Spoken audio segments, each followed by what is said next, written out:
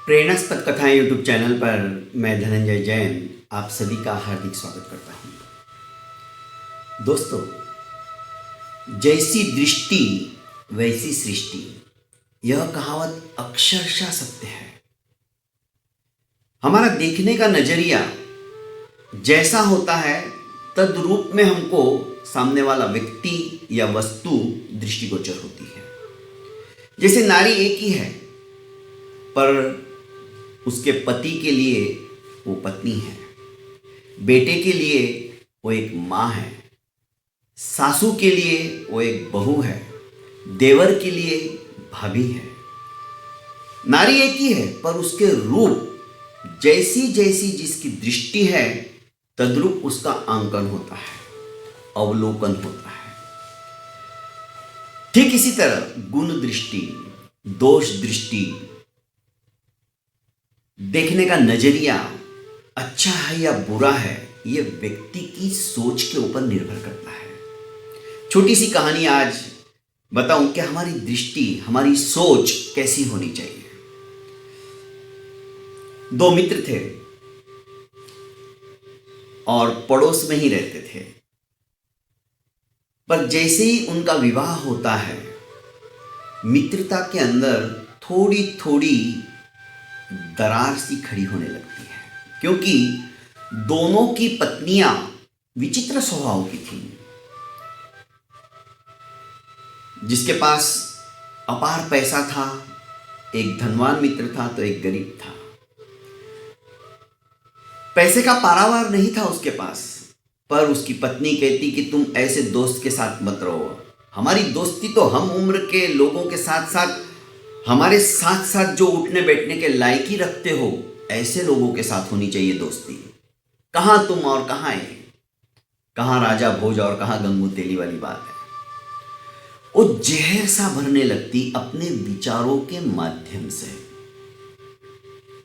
इधर गरीब की पत्नी भी बार बार जब इस प्रकार से उसके ताने सुनती तो इसके हृदय को भी आघात पहुंचता और ये अपने पति से कहती कि तुम मेहनत करो, मजदूरी करो, पर उसकी दोस्ती मत करो। वो हमेशा मुझे जलील करती है। जैसी दरवाजे के बाहर निकलती तो कुछ ना कुछ बोलती जाती है, तुम्हारे पास क्या है, तुम्हारा तो नसीब ही फूटा हुआ है। क्योंकि उसके सोच के साथ साथ उसके विचार भी गंदे हैं और उसकी दृष्टि भी गंदी है। वो मुझे इस नजरिए से देखती है जैसे हम कुछ है ही नहीं, हमारा तो जन्म लेना ही निरर्थक है। बार बार अपने पति को कहती कि तुम आज कमा के लाओ, ये करके लाओ, वो करके लाओ, उसने आज वो चीज लाई है, हमारे घर में तो कुछ है ही नहीं। एक दिन परेशान हो जाता है और सोचता है कि इससे तो मर जाना अच्छा। एक काम करता हूं, जंगल के अंदर जाता हूं और कोई जंगली जानवर का मैं आहार बन जाता हूं। कम से कम उसकी क्षुधा तो समाप्त होगी, उसकी भूख तो मिटेगी। किसी के तो काम आऊं, घर वालों के तो मैं काम आ नहीं रहा हूं। घर वाले तो आते ही, घर में पैर रखते ही ताने मारने शुरू कर देते हैं। अब मैं क्या करूं? दृढ़ निश्चय करके वो जंगल में रवाना हो जाता है और जंगल में जाने के पश्चात वो देखता है कि एक बहुत बड़ी गुफा। वो सोचता है कि जरूर ये शेर की गुफा होनी चाहिए, बस मुझे तो मरना ही है। और जो अपने माथे पे मरने का कफन बांध लेता है ना दोस्तों, वो किसी से डरता नहीं है, वो मर मिटने के लिए तैयार होता है। हमारे देश के जो सिपाही रहते हैं, माथे पर हमेशा कफन बांधे रखते हैं। क्यों? सिर्फ हमारी जिंदगी आराम से व्यतीत हो, देशवासियों की जिंदगी खुशहाल व्यतीत हो। उन्हें सोचने के लिए भी समय नहीं मिले कि देश में क्या हो रहा है, क्या नहीं हो रहा है, कोई बाहरी सीमा के ऊपर से हमारे ऊपर आक्रमण तो नहीं कर रहा है। वो सब कुछ रात दिन जागकर हमारी रक्षा के लिए तैनात रहते हैं, क्योंकि सर पे कफन बंधा हुआ रहता है। मरने से डरते नहीं हैं, यही कारण है। ये भी गुफा के अंदर घुस जाता है, सोचता है क्या होगा, मुझे मरना तो है ही। शेर प्रगाढ़ निद्रा के अंदर सोया हुआ था। दोस्तों, शेर को सोया देख सोचता है कि अब जाके इसके मुंह के सामने ही बैठ जाता हूं, जब उठेगा तो खा लेगा। इसी बीच शेर की निद्रा में खलल नहीं पड़ना चाहिए, एतदर्थ एक हंस रक्षा कर रहा था, पहरा दे रहा था। जैसे उसने इस भद्र पुरुष को देखा, निर्धन व्यक्ति को देखा, तो मन में करुणा भाव आया, दया भाव आया। हंस ने सोचा कि जैसे ही शेर उठेगा इसे झपट्टा मारकर अपना आहार बना लेगा, अपना कवल बना लेगा। मैं क्या करूं? जैसा हंस था शुभ्र स्वच्छ, वैसे ही उसके विचार थे, उसकी सोच थी। उसने अत्यंत विनम्र वाणी में शेर को कहा कि हे शेर, आज तुम धन्य भाग हो। स्वयं तुम्हारे दरवाजे के ऊपर चलकर यह व्यक्ति तुम्हारा भोजन बनकर आया है, पर यह सचमुच में बहुत पुण्यवान व्यक्ति है। यदि तुम इसका सहायक बनो, सहायता करो, तो शायद पशु योनि से भी तुम्हें मुक्ति मिल जाएगी, और आज तक तुमने जो पाप किए हैं उन पापों से भी तुम्हें राहत मिल जाएगी, पुण्य फल प्राप्त होगा। इसका उठकर आदर सत्कार करो। इसके पास कुछ भी नहीं है, निर्धन है, और आज दुखी होकर स्वयं होकर चल के आया है कि तुम्हारा मैं आहार का उपभोग बन जाऊं, तुम मुझे खाकर अपनी क्षुधा को शांत करो। ऐसे व्यक्ति बिरले होते हैं। उठो और इसका स्वागत सत्कार करके जो कुछ तुमने लोगों को मारा है, उनके गहने आभूषण सब लाकर इसे दे दो। इसके आशीर्वाद से तुम्हारे समस्त कलिमल समाप्त हो जाएंगे। हंस की मधुर वाणी सुनकर शेर दहाड़ मारकर उठता है। उसे लगता है कि हंस एकदम सही कह रहा है, नहीं तो कौन होके मेरे पास आएगा कि आओ ले भाई मुझे खा ले। मुझे तो उसके लिए भी उद्यम करना पड़ता है, क्योंकि कहावत है संस्कृत के अंदर, उद्यमे नहीं सिद्ध्यन्ति कार्याणि न मनोरथै, नहीं सुप्तस्य सिंहस्य प्रविशन्ति मुखे मृगा। शेर जंगल का राजा है और उसे क्षुधा लगी है, भूख लगी है, तो उसको भी अपने शिकार के पीछे भागना पड़ता है, मेहनत करनी पड़ती है, परिश्रम करना पड़ता है, तब कहीं जाकर वो अपनी क्षुधा को शांत कर सकता है। कोई जंगल का जानवर आके नहीं कहेगा, कोई मनुष्य आकर नहीं कहेगा कि शेर जी आप भूखे होंगे, आप तो जंगल के राजा हो, लो मुझे खा लो और अपनी भूख शांत कर लो। कोई नहीं कहेगा। उसके लिए उसे मेहनत करनी पड़ती है, उसके लिए उसे पुरुषार्थ करना पड़ता है, उसके लिए उसे उद्यम करना पड़ता है, चाहे वो राजा क्यों ना हो। जंगल का राजा शेर यही सोचने लगा कि मेरे मुख में आकर यदि कोई है तो सचमुच में वो मेरा हितैषी है, मेरे लिए सोचता है, तो मेरा भी फर्ज बनता है कि मैं भी उसके लिए कुछ सोचूं। और एक दिन मैं भूखा रह गया तो क्या होने वाला है।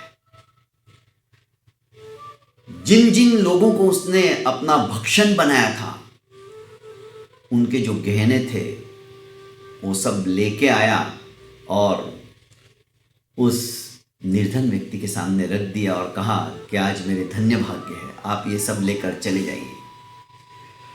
हंस ने भी कहा कि हे मनुष्य, तुम यहाँ से जितना जल्दी हो सके अब निकल जाओ, क्योंकि ये राजा है और हिंसक प्राणी है। कब इसका मन परिवर्तित हो जाएगा बोल नहीं सकते। अभी ताजा ताजा मैंने इसे कहा है तो इसका मन अशांत है। ये तुम्हारे लिए सब कुछ न्यौछावर करने को भी तैयार है, क्योंकि मैंने बात ही इनको ऐसी कही है।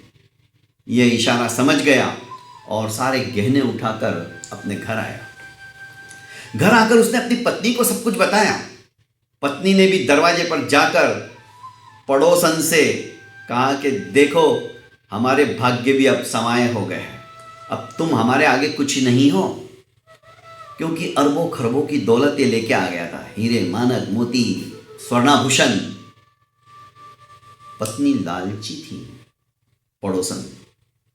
उसने अपने पति को आते ही कहा कि देखो जी, तुम तो सिर्फ 2 टाइम की रोटियां लाते हो कमाकर, पड़ोस वाला कितना कमा कर लाया है, और तुम भी जाओ शेर के पास। इसने समझाया कि भगवान ऐसा नहीं होता है, मुझे कुछ मालूम नहीं, आपको तो जाना ही होगा और मेरे लिए भी इस तरह के स्वर्णाभूषण लाने ही होंगे। ईर्ष्या। दोस्तों उसे सिर्फ लालच दिख रहा है, लोभ दिख रहा है। आखिर इसे रवाना करती है, यह भी उस गुफा में पहुंचता है। अब जो राजा की निद्रा में खलल नहीं पड़नी चाहिए, इसलिए वहां पर अभी कौवे की नियुक्ति हो जाती है। हंस चला जाता है, हंस की ड्यूटी समाप्त हो जाती है। उस दिन हंस ड्यूटी पे नहीं रहता है। जैसे ही कौवे ने इसे देखा, ये कांव कांव कांव कांव कर कर शेर की निद्रा के अंदर दखल देने लगा। निद्रा भंग हुई। शेर एकदम से उठा तो सामने मनुष्य खड़ा था, वो भी कांप रहा था, धूज रहा था। उसने सोचा कि पहले वाले में और इसमें तो रात दिन का अंतर है। वो तो एकदम निडर था, जैसे कोई मानो स्वयं ये तो जरूर बहकावे में आके आया है और मेरे पास से वैसा ही धन इकट्ठा करने की लालच से आया है। पर हंस ने जो कुछ आज तक इसे समझाया था, शेर के दिमाग से वो बात निकली नहीं थी। हमारी तरह शेर उपदेश प्रूफ नहीं था, हम इस कान से सुनते इस कान से निकाल देते हैं। पर शेर ऐसा नहीं था, जबकि वो जानवर था, हिंसक जानवर था। सोचने समझने की ज्यादा उसके पास बुद्धि नहीं थी हमारी तरह। फिर भी हंस की बातें उसके दिलो दिमाग में फिट थी। उसने कहा कि हे भाई, तुम जैसे आए हो वैसे चले जाओ, क्योंकि मेरे मन का कोई भरोसा नहीं, मैं कब झपट्टा मारकर तुम्हें खा जाऊं। तुम्हें तुम्हारे किसी दुश्मन ने ही यहां पर भेजा है। वो जो आया था वो अलग ही व्यक्तित्व का व्यक्ति था, तुम अलग हो।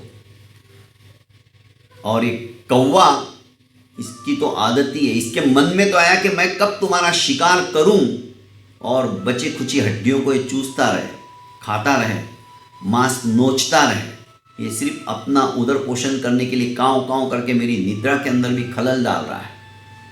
दहाड़ मारकर शेर ने उसे भगा दिया। व्यक्ति भागता हुआ अपने घर पर आया और उसने कहा कि भगवान, तुझे रहना है तो रह, नहीं तो तू जा सकती है। आज तो मेरी जान बच गई है और इसी वजह से बची है, इसकी वजह से ही बची है, मेरे दोस्त की वजह से। पत्नी भी समझ गई।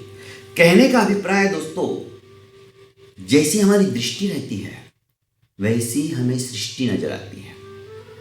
एक होटल के अंदर 5-6 नेता लोग सफेद टोपी पहनकर शराब पी रहे थे। 2 व्यक्ति बाहर से जाते जाते देख रहे थे और बोलने लगे, अरे कैसा जमाना आ गया। अब तो गांधी जी की टोपी के नीचे भी शराब के दौर चलने लगे हैं। अरे जिस खादी के ऊपर हमें नाज था, उस खादी की भी इन्होंने इज्जत नहीं रखी, अब खुलेआम पीने लगे हैं। दूसरे व्यक्ति ने कहा कि नहीं दोस्त, अब ऐसा कहो कि खादी धारण करने वाले शराब पी रहे, ऐसा नहीं। अभी तो खादी धारण करने वाले नहीं, शराबी भी अब खादी धारण करने लग गए हैं। उल्टा सोचो, जिनके मन में भी नहीं आता था कि हम खादी पहने, अब वो भी शराब के दौर तो चल रहे पर वो टोपी पहनने लग गए। इसका मतलब अब वो धीरे धीरे शराब भी छोड़ देंगे। नजरिया बदल गया। एक व्यक्ति को खिलता हुआ गुलाब दिख रहा है, सिर्फ उसे गुलाब दिख रहा है। दूसरे को गुलाब में भी कांटे नजर आ रहे हैं। एक को कांटे में गुलाब दिख रहा है और एक को गुलाब के अंदर कांटे नजर आ रहे हैं। दोनों में फर्क है, क्योंकि उनका देखने का नजरिया अलग है। दोस्तों, हम अच्छा सोचेंगे, अच्छा चिंतन करेंगे, हमारी दृष्टि भी अच्छी होती चली जाएगी। इसी तरह से छोटी छोटी कहानियों के द्वारा आप अपने बच्चों का, अपने परिवार वालों का मनोरंजन के साथ साथ शिक्षा और उद्बोधन देने का भी प्रयास मैं इस कहानियों के माध्यम से कर रहा हूँ। आप उन्हें ज़रूर सुनाइएगा और ज़्यादा से ज़्यादा यदि आपको ये कहानी अच्छी लगती है तो इसे फॉरवर्ड करते जाइएगा। सब्सक्राइब करके आइकॉन का बटन दबाकर बेल का जो बटन आता है उसे ऑल पर क्लिक कर दीजिएगा, ताकि कहानी पोस्ट होते ही आपको नोटिफिकेशन में पता चल जाएगा कि मैं कहानी अपलोड कर चुका हूँ। प्रतिदिन एक कहानी आपको ऐसी ही छोटी छोटी सुनने को प्राप्त होगी। बहुत बहुत धन्यवाद। प्रणाम।